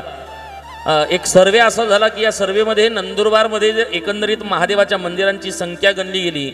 संपूर्ण महाराष्ट्रामध्ये नाही तर संपूर्ण भारतामध्ये सगळ्यात जास्त महादेवाचे मंदिर असतील तर ते नंदुरबार जिल्ह्यामध्ये आहेत मायबापू. सगळ्यात जास्त महादेवाची मंदिर नंदुरबार जिल्ह्यामध्ये. हो, पण आहेत ना मंदिरं, मग त्यांची सेवा सुद्धा. काही मंदिरांची परिस्थिती एवढी दैन झाली आहे की लोक 2-2, 3-3 दिवस कोणीच त्या मंदिरामध्ये सुद्धा जात नाही. फक्त बनवायचं नाहीये, देवसेवा करायची आहे. म्हणजे काय करायचं तर देवसेवा, नुसती देवसेवा करू नका, त्या मंदिरामध्ये जा आणि त्या मंदिरामध्ये आपलं काहीतरी दायित्व तुम्ही द्या. माझ्या घराजवळ नंदुरबारला एक मंदिर आहे, कधीतरी आलेत ना तर या. आपल्या संपूर्ण नंदुरबार जिल्ह्यामध्ये नाही अशी मारुतीरायाची मूर्ती त्या मंदिरामध्ये आधी बसवली. इतकी सुंदर मूर्ती आहे, जसं आपल्या या पत्रिकेवरती मूर्ती आहे ना, बस या ध्यान मुद्रेमध्ये ती मूर्ती आहे. इतकी सुंदर मूर्ती आहे, असं वाटतं बस तिथे बसलं ना तर ते बसूनच राहावं. छोटंसं मंदिर आहे. आता महादेवाचं मंदिर पण बनलंय, पण कॉलनीतल्या 2-3 म्हाताऱ्या माणसांचा नित्यनेम आहे. त्यांना जेव्हा वेळ मिळतो ते येतात, मंदिर स्वच्छ करतात, धुतात, साफसफाई करतात आणि साफसफाई करून मस्त छान चकाचक करून, काही खराबा असेल तर ते आवर्जून स्वतःचा वेळ देऊन ते दुरुस्त करून घेतात. गावामध्ये एखादं मंदिर आहे तर त्या मंदिराप्रती, त्या देवाप्रती आपली भक्ती समर्पित करण्याची आता जास्तीत जास्त गरज वाढली आहे मायबाप. गावातल्या मंदिरांमध्ये विशेष लक्ष द्या, आपल्या तीर्थक्षेत्रांच्या मंदिरांमध्ये विशेष लक्ष द्या. कोणी परधर्मीय येऊन त्या ठिकाणी काही अतिक्रमण तर करत नाही ना, हे जाणून घेण्याची इच्छाशक्ती आपल्या मनामध्ये जागृत होऊ द्या मायबापू. काशीला तुमच्यापैकी असंख्य लोक जाऊन आलेले असतील. आजपासून 7-8 वर्षापूर्वी पण आणि आताही, आताचा आणि 7 वर्ष, 8 वर्ष, 10 वर्षाचा पूर्वीचा एक इतिहास तुम्हाला सांगतो. ज्यावेळेस पहिल्यांदा मी काशीमध्ये गेलो, काशीला गेल्यानंतर मला मंदिराचं दर्शन झालं. मी चुकामुक झालो, मला त्या बोळींमधून कुठे मंदिर आहे ते सापडलंच नाही. शेवटी मंदिराचं दर्शन न करता गाडीची वेळ झाली म्हणून मला निघावं लागलं होतं, दर्शन झालं नाही. पण आता मी ह्या वर्षी सुद्धा मंदिरामध्ये दर्शनाला गेलो काशीला. सहज दर्शन होतं. फक्त सहज दर्शन महादेवाचं काशी विश्वनाथाचं होत नाही, तर गंगेच्या त्या काठापर्यंत सरळ महादेवाच्या मंदिरातनं आता जाता येतं आणि काशी घाटाचं दर्शन घेता येतं. हे सगळं कशासाठी सांगतोय की आपण आपल्या तीर्थक्षेत्रांवरती थोडी नजर ठेवून नाही आहेत. आपलं दायित्व आहे की आपण आपल्या तीर्थक्षेत्रांवरती नजर ठेवावी, लक्ष राहू द्यावं. ज्यावेळेस हा कॉरिडॉर बनवण्याचं काम त्यावेळेचा शासनानं केलं, त्यावेळेस अनेक घरांना पाडलं गेलं. अनेक घरं परधर्मियांची होती आणि परधर्मियांची घरं असून सुद्धा ते पूजापाठचा सामान विकून आपला उदरनिर्वाह करत होते. ज्यावेळेस त्यांचे घरं पाडले गेलेत ना, त्या घरांमधून छोटे छोटे असे महादेवाचे मंदिरं सापडलेत. मंदिरांवरती घरं बांधून घेतले आणि आपण झोपलेले होतो. एवढंही झोपलेलं राहू नका की एक दिवस आपल्याला झोपेमध्येच कोणीतरी येईल आणि कापून निघून जाईन मायबापू. एवढंही झोपलेले राहू नका. आधी तर त्यांनी देवावरती हात ठेवलाय, आता देशावरती हात ठेवण्याचं चाललंय आणि पुढे धर्मावरती हात ठेवण्याचं चालणार आहे मायबापू. हो, परिस्थिती फार बदलतीये म्हणून देवाप्रती आपण देणं लागतो. देशाप्रती सुद्धा आपण देणं लागतो मायबापू. देशसेवा सुद्धा आपल्या रक्तामध्ये असली पाहिजे. मी कालच तुम्हाला एक उदाहरण सांगितलं की देशसेवा करण्यासाठी सरहदवर जाण्याची गरज नाही, देशाच्या सीमेवर जाण्याची गरज नाही, मिलिटरीमध्ये जाण्याची गरज नाही, पोलिसामध्ये भरती होण्याची गरज नाही आहे. तर देशाची सेवा करायची असेल तर आपल्या घरापासून आपण सुरुवात केली पाहिजे. आपलं घर जसं स्वच्छ ठेवतो तशी आपली गल्ली स्वच्छ ठेवा. आपली गल्ली जशी स्वच्छ ठेवतोय तसं आपलं गाव स्वच्छ ठेवा. निश्चित गावाला स्वच्छ ठेवलं की देशसेवा झाली समजा. कोरोना कालखंडामध्ये ज्यावेळेस आपण घराच्या बाहेर निघायचो ना, त्यावेळेस कोरोना कालखंडामध्ये घराच्या बाहेर निघाल्यानंतर स्वच्छ वातावरणाचं दर्शन आपल्याला कोरोना कालखंडामध्ये झालं, कारण प्रदूषण कमी झालेलं होतं. प्रदूषित करणाऱ्या वस्तूंचा वापर आपण आज करतोय मान्य आहे, पण प्रदूषण करीत असताना झाडांचं सुद्धा लागवड झाली पाहिजे. मायबाप, देशसेवा कशी करायची आहे तर देशाचं सौंदर्य वाढलं पाहिजे, याच्यासाठी प्रत्येकानं काही संकल्प केले पाहिजेत. मायबापू, जन्म माणसाला एकचदा मिळतो. जास्तीत जास्त मनुष्य 100 वर्षापर्यंत जिवंत राहू शकतो, 100च्या वरती जाऊ शकत नाही. एक माणूस फक्त 100 वर्ष जगू शकतो. पण माणसाला अमर बनायचं असेल ना तर त्या माणसानं काय करावं, एखादं वडाचं झाड लावावं. कशाचं? वडाचं झाड लावावं. वडाच्या झाडाचं आयुष्य 400 ते 500 वर्ष असतं. मायबापू, जोपर्यंत ते वडाचं झाड आहे तोपर्यंत ते ऑक्सिजन देईल, आणि ऑक्सिजन देता देता अनेक लोकांचा प्राण वाचवण्याला मदत करेल. मायबापू हो, सुंदर आणि स्वच्छ वातावरण निर्माण करण्याचा प्रयत्न करेल. म्हणून एखादं झाड लावणं हे देशसेवेचं कारक आहे. मायबापू, आजकाल आपण जे झाडं आहेत ते कापणे लावले आहेत. आपल्या अंगणामध्ये झाडं लावतो. बऱ्याचशा मायमावल्यांना एक सवय असते, प्रत्येकाच्या घरामध्ये कुंड्या कुंड्या कुंड्या कुंड्या इतक्या दिसतात, इतक्या कुंड्या असतात, इतके झाडं लावतात, एवढं गार्डन तयार करतात, पण एकही झाड असं लावत नाही की ज्याच्याने प्राणवायू भेटला पाहिजे. आज आपण कृष्ण जन्माला आलेला आहात ना, तर मनातल्या मनात एक संकल्प करायचा आहे की जीवनामध्ये कमीत कमी एक झाड मी लावेल. फक्त लावणारे लोक असंख्य आहेत. लोक 100 झाडं लावून काढतात, पण 100 पैकी एक पण जगत नाही.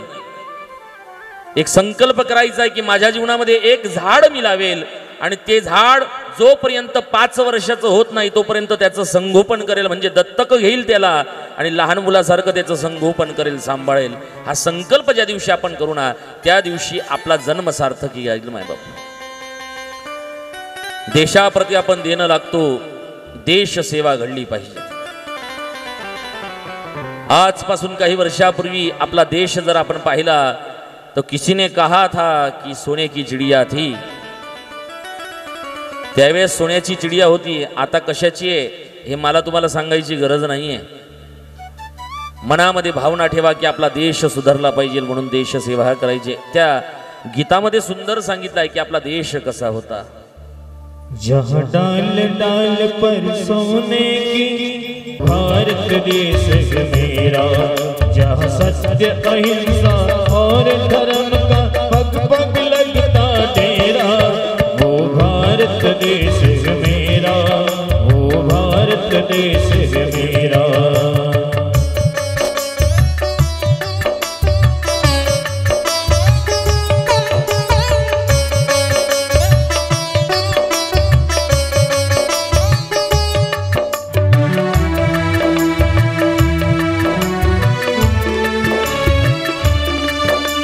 धरती है जहाँ ऋषि मुनि जपते हरि नाम की माला. हरिओम हरिओम हरिओम हरिओम. यहाँ हर बालक एक मोहन है और राधा एक बाला, और राधा एक बाला.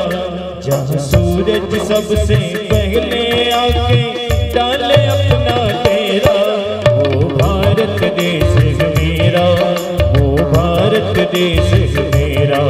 जहाँ सत्य अहिंसा और धर्म का पग पग लगता तेरा, वो भारत देश है मेरा, वो भारत देश है. डाली की सेवा करते हुए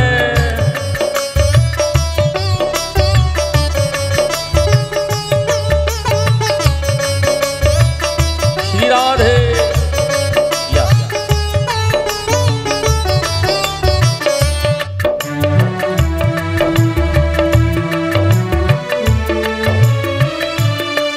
जहाँ गंगा और यमुना कृष्ण और कावेरी बहती जाए,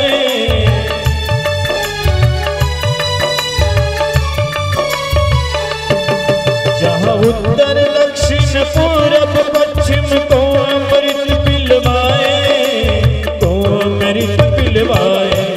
कहिए फल और फूल फूल उगाए, केसर कहीं बिखेरा, वो भारत देश है मेरा, वो भारत देश है मेरा। जहाँ सत्य अहिंसा और धर्म का पग पग लगता डेरा, वो भारत देश है मेरा, वो भारत देश है मेरा। जय भारती जय भारती जय भारती जय भारती जय भारती जय भारती। एखादं गावामध्ये मंदिर असेल, त्या मंदिरामध्ये फक्त पैसा देऊन मोकळं होऊ नका। कधीतरी महिन्यातला एक दिवस असा काढा की त्या मंदिरामध्ये जावं, त्या मंदिरामध्ये गेल्यानंतर त्या मंदिरामध्ये झाडझूड करावी। वेळ जास्त असेल तर त्या मंदिराला स्वच्छ धुवून काढावं। धनाने संपन्न असाल तर मंदिरावरती लावलेला झेंडा बदलून काढावा। धनाने संपन्न असाल तर गावातल्या मंदिरामध्ये एखादा लाईट उडलेला असेल तर तो लाईट बदलून काढावा। आणि धनाने संपन्न असाल तर येणाऱ्या भक्तांसाठी एखादा पंखा मंदिराला दान करून द्यावा। मारा अनुभवती हूँ तमने कहूँ, कई कई लोग एवा रहे ना कि मंदिर में पंखो देवानो होशे ना तो दुकान पे जईने शू केज मालूम है, एखादो सस्तो मागो होशे ते दई दे। तुमच्या माहितीसाठी सांगतो, आपल्याच या शहादा शिरपूर रस्त्यावरती एक गाव आहे। शहादा शिरपूर रस्त्यावरती एक गाव आहे, ते गाव, त्या गावाचं नाव तुम्हाला सांगतो, अर्थ म्हणून ते एक गाव आहे। त्या अर्थ्याला मागच्या 4 महिन्यापूर्वी माझी कथा झाली।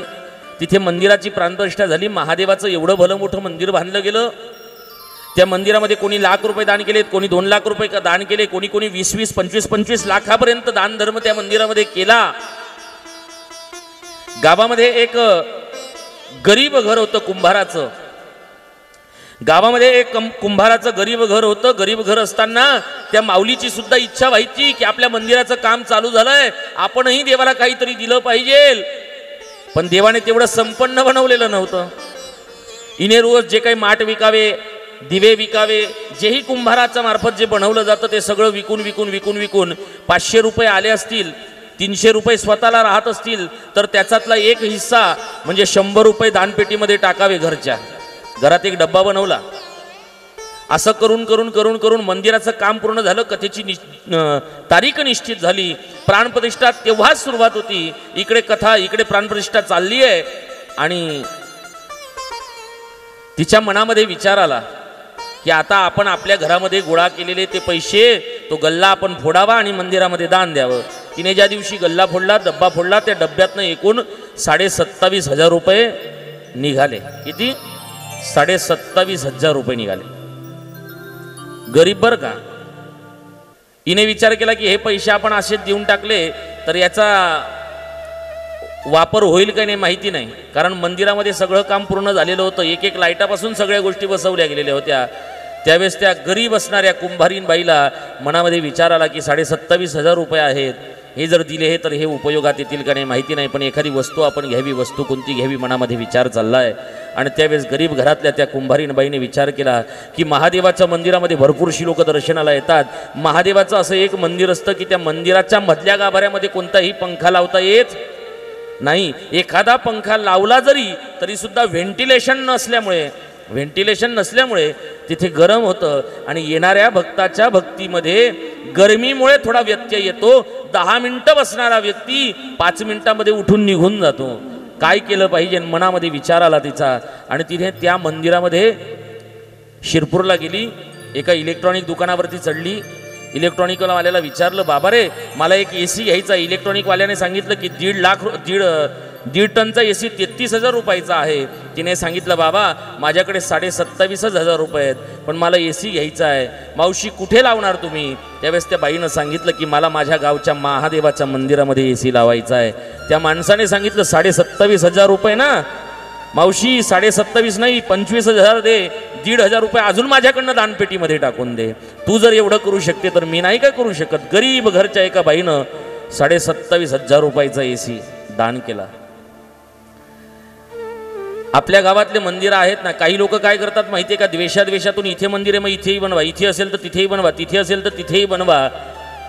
एक सर्वे असा झाला की या सर्वेमध्ये नंदुरबारमध्ये जर एकंदरीत महादेवाच्या मंदिरांची संख्या गणली गेली, संपूर्ण महाराष्ट्रामध्ये नाही तर संपूर्ण भारतामध्ये सगळ्यात जास्त महादेवाचे मंदिर असतील तर ते नंदुरबार जिल्ह्यामध्ये आहेत मायबापू. सगळ्यात जास्त महादेवाची मंदिर नंदुरबार जिल्ह्यामध्ये. हो, पण आहेत ना मंदिरं, मग त्यांची सेवा सुद्धा. काही मंदिरांची परिस्थिती एवढी दैन झाली आहे की लोक 2-2, 3-3 दिवस कोणीच त्या मंदिरामध्ये सुद्धा जात नाही. फक्त बनवायचं नाहीये, देवसेवा करायची आहे. म्हणजे काय करायचं तर देवसेवा, नुसती देवसेवा करू नका, त्या मंदिरामध्ये जा आणि त्या मंदिरामध्ये आपलं काहीतरी दायित्व तुम्ही द्या. माझ्या घराजवळ नंदुरबारला एक मंदिर आहे, कधीतरी आलेत ना तर या. आपल्या संपूर्ण नंदुरबार जिल्ह्यामध्ये नाही अशी मारुतीरायाची मूर्ती त्या मंदिरामध्ये आधी बसवली. इतकी सुंदर मूर्ती आहे, जसं आपल्या या पत्रिकेवरती मूर्ती आहे ना, बस या ध्यान मुद्रेमध्ये ती मूर्ती आहे. इतकी सुंदर मूर्ती आहे, असं वाटतं बस तिथे बसलं ना तर ते बसूनच राहावं. छोटंसं मंदिर आहे. आता महादेवाचं मंदिर पण बनलं आहे, पण कॉलनीतल्या 2-3 म्हाताऱ्या माणसांचा नित्यनेम आहे. त्यांना जेव्हा वेळ मिळतो ते येतात, मंदिर स्वच्छ करतात, धुतात, साफसफाई करतात आणि साफसफाई करून मस्त छान चकाचक करून, काही खराबा असेल तर ते आवर्जून स्वतःचा वेळ देऊन ते दुरुस्त करून घेतात. गावामध्ये एखादं मंदिर आहे तर त्या मंदिराप्रती, त्या देवाप्रती आपली भक्ती समर्पित करण्याची आता जास्तीत जास्त गरज वाढली आहे मायबाप. गावातल्या मंदिरांमध्ये विशेष लक्ष द्या, आपल्या तीर्थक्षेत्रांच्या मंदिरांमध्ये विशेष लक्ष द्या. कोणी परधर्मीय येऊन त्या ठिकाणी काही अतिक्रमण तर करत नाही ना, हे जाणून घेण्याची इच्छाशक्ती आपल्या मनामध्ये जागृत होऊ द्या मायबापू. काशीला तुमच्यापैकी असंख्य लोक जाऊन आलेले असतील, आजपासून 7-8 वर्षापूर्वी पण आणि आताही. आताचा आणि 7 वर्ष, 8 वर्ष, 10 वर्षाचा पूर्वीचा एक इतिहास तुम्हाला सांगतो. ज्यावेळेस पहिल्यांदा मी काशीमध्ये गेलो, काशीला गेल्यानंतर मला मंदिराचं दर्शन झालं. मी चुकामुक झालो, मला त्या बोळींमधून कुठे मंदिर आहे ते सापडलंच नाही. शेवटी मंदिराचं दर्शन न करता गाडीची वेळ झाली म्हणून मला निघावं लागलं होतं, दर्शन झालं नाही. पण आता मी ह्या वर्षी सुद्धा मंदिरामध्ये दर्शनाला गेलो काशीला, सहज दर्शन होतं. फक्त सहज दर्शन महादेवाचं काशी विश्वनाथाचं होत नाही, तर गंगेच्या त्या काठापर्यंत सरळ महादेवाच्या मंदिरातनं आता जाता येतं आणि काशी घाटाचं दर्शन घेता येतं. हे सगळं कशासाठी सांगतोय की आपण आपल्या तीर्थक्षेत्रांवरती थोडी नजर ठेवून नाही आहेत. आपलं दायित्व आहे की आपण आपल्या तीर्थक्षेत्रांवरती नजर ठेवावी, लक्ष राहू द्यावं. ज्यावेळेस हा कॉरिडॉर बनवण्याचं काम त्यावेळेचा शासनानं केलं, त्यावेळेस अनेक घरांना पाडलं गेलं. अनेक घरं परधर्मियांची होती आणि परधर्मियांची घरं असून सुद्धा ते पूजापाठचा सामान विकून आपला उदरनिर्वाह करत होते. ज्यावेळेस त्यांचे घरं पाडले गेलेत ना, त्या घरांमधून छोटे छोटे असे महादेवाचे मंदिरं सापडलेत. मंदिरांवरती घरं बांधून घेतले आणि आपण झोपलेले होतो. एवढंही झोपलेलं राहू नका की एक दिवस आपल्याला झोपेमध्येच कोणीतरी येईल आणि कापून निघून जाईन मायबापू. एवढंही झोपलेले राहू नका. आधी तर त्यांनी देवावरती हात ठेवलाय, आता देशावरती हात ठेवण्याचं चाललंय आणि पुढे धर्मावरती हात ठेवण्याचं चालणार आहे मायबापू. हो, परिस्थिती फार बदलतीये म्हणून देवाप्रती आपण देणं लागतो, देशाप्रती सुद्धा आपण देणं लागतो मायबापू. देशसेवा सुद्धा आपल्या रक्तामध्ये असली पाहिजे. मी कालच तुम्हाला एक उदाहरण सांगितलं की देशसेवा करण्यासाठी सरहदवर जाण्याची गरज नाही, देशाच्या सीमेवर जाण्याची गरज नाही, मिलिटरीमध्ये जाण्याची गरज नाही, पोलिसामध्ये भरती होण्याची गरज नाहीये. तर देशाची सेवा करायची असेल तर आपल्या घरापासून आपण सुरुवात केली पाहिजे. आपलं घर जसं स्वच्छ ठेवतो तशी आपली गल्ली स्वच्छ ठेवा. आपली गल्ली जशी स्वच्छ ठेवतोय तसं आपलं गाव स्वच्छ ठेवा. निश्चित गावाला स्वच्छ ठेवलं की देशसेवा झाली समजा. कोरोना कालखंडामध्ये ज्यावेळेस आपण घराच्या बाहेर निघायचो ना, त्यावेळेस कोरोना कालखंडामध्ये घराच्या बाहेर निघाल्यानंतर स्वच्छ वातावरणाचं दर्शन आपल्याला कोरोना कालखंडामध्ये झालं, कारण प्रदूषण कमी झालेलं होतं. प्रदूषित करणाऱ्या वस्तूंचा वापर आपण आज करतोय मान्य आहे, पण प्रदूषण करीत असताना झाडांचं सुद्धा लागवड झाली पाहिजे मायबापू. देश सेवा कशी करायची तर देशाचं सौंदर्य वाढलं पाहिजे, याच्यासाठी प्रत्येकानं काही संकल्प केले पाहिजेत मायबापू. जन्म माणसाला एकचदा मिळतो, जास्तीत जास्त मनुष्य 100 वर्षापर्यंत जिवंत राहू शकतो, 100चा वरती जाऊ शकत नाही. एक माणूस फक्त 100 वर्ष जगू शकतो, पण माणसाला अमर बनायचं असेल ना तर त्या माणसानं काय करावं, एखादं वडाचं झाड लावावं. कशाचं? वडाचं झाड लावावं. वडाच्या झाडाचं आयुष्य 400 ते 500 वर्ष असतं मायबापू. जोपर्यंत ते वडाचं झाड आहे तोपर्यंत ते ऑक्सिजन देईल, आणि ऑक्सिजन देता देता अनेक लोकांचा प्राण वाचवण्याला मदत करेल मायबापू. हो, सुंदर आणि स्वच्छ वातावरण निर्माण करण्याचा प्रयत्न करेल. म्हणून एखादं झाड लावणं हे देशसेवेचं कारक आहे मायबापू. आजकाल आपण जे झाडं आहेत ते कापणे लावले आहेत. आपल्या अंगणामध्ये झाडं लावतो. बऱ्याचशा मायमावल्यांना एक सवय असते, प्रत्येकाच्या घरामध्ये कुंड्या कुंड्या कुंड्या कुंड्या इतक्या दिसतात, इतक्या कुंड्या असतात, इतके झाडं लावतात, एवढं गार्डन तयार करतात, पण एकही झाड असं लावत नाही की ज्याच्याने प्राणवायू भेटला पाहिजे. आज आपण कृष्ण जन्माला आलेला आहात ना, तर मनातल्या मनात एक संकल्प करायचा आहे की जीवनामध्ये कमीत कमी एक झाड मी लावेल. फक्त लावणारे लोक असंख्य आहेत. लोक 100 झाडं लावून काढतात, पण 100 पैकी एक पण जगत नाही. एक संकल्प करायचा आहे की माझ्या जीवनामध्ये एक झाड मी लावेल, आणि ते झाड जोपर्यंत 5 वर्षाचं होत नाही तोपर्यंत त्याचं संगोपन करेल, म्हणजे दत्तक घेईल त्याला आणि लहान मुलासारखं त्याचं संगोपन करेल, सांभाळेल. हा संकल्प ज्या दिवशी आपण करू ना त्या दिवशी आपला जन्म सार्थक येईल मायबाप. देशाप्रती आपण देणं लागतो. देश सेवा घडली पाहिजे. आजपासून काही वर्षापूर्वी आपला देश जर आपण पाहिला तो किसी ने कहा था कि सोने की चिड़िया थी. त्यावेळेस सोन्याची चिडिया होती. आता कशाची आहे हे मला तुम्हाला सांगायची गरज नाहीये. मनामध्ये भावना ठेवा की आपला देश सुधारला पाहिजे, म्हणून देश सेवा करायची. त्या गीतामध्ये सुंदर सांगितलं आहे की आपला देश कसा होता.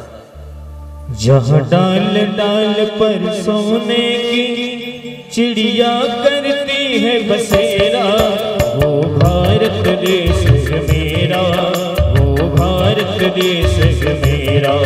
जहाँ सत्य अहिंसा और धर्म का पग पग लगता डेरा, वो भारत देश मेरा, वो भारत देश मेरा.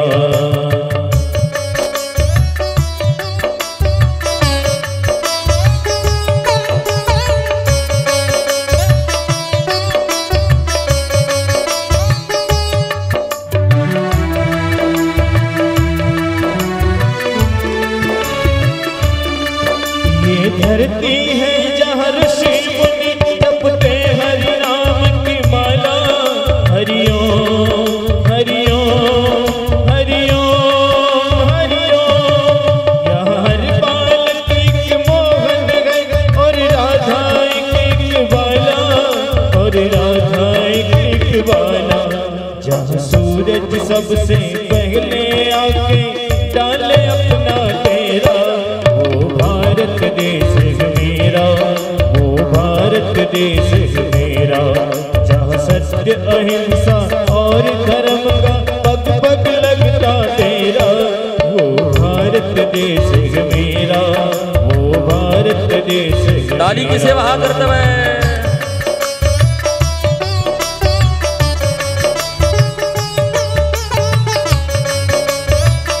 श्री राधे.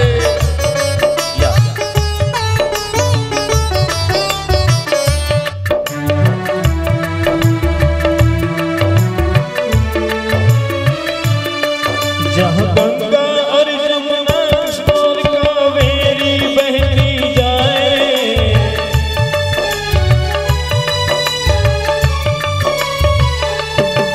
जहाँ उत्तर दक्षिण पूरब पश्चिम को अमृत पिलवाए, को अमृत पिलवाए. कहीं फल और फूल फूल उगाए, केसर कहीं बिखेरा, वो भारत देश मेरा, वो भारत देश मेरा. जहाँ सत्य अहिंसा ऐसा और धर्म का